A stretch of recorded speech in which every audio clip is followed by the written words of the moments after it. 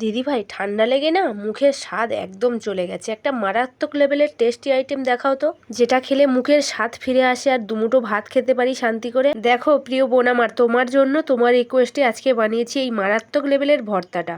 আশা করি এই ভর্তাটা খেলে তোমার জিভের স্বাদ, মুখের স্বাদ, এমনকি মনেরও শান্তি ফিরিয়ে আনবে। তা বলছি কি, বাড়িতে এরকম শুটকি মাছ আছে কি? যদি শুটকি মাছ থাকে তাহলে আর কোনো চিন্তাই নেই, ভালো করে গরম জলে ধুয়ে পরিষ্কার করে নেবে।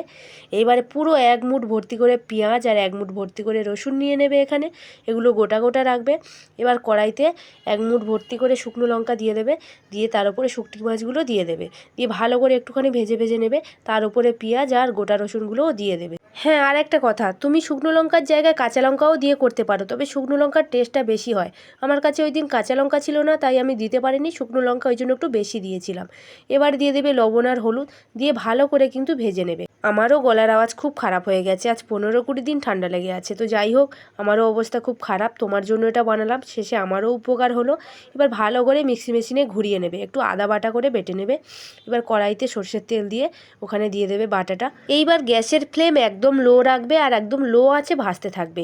আর ধনেপাতাও দিয়ে দেবে এক মুঠ মতো, যাতে এর টেস্টটা আর একটু ভালো হয়, আর একটু ধনেপাতার সেন্টও বেরোয় এখান থেকে। এবার লো আঁচে ভালো করে ভেজে ভেজে যতক্ষণে দেখবে একদম চারিদিক থেকে তেল ছাড়া শুরু করেছে, মনে করবে তোমার ভর্তা একদম রেডি।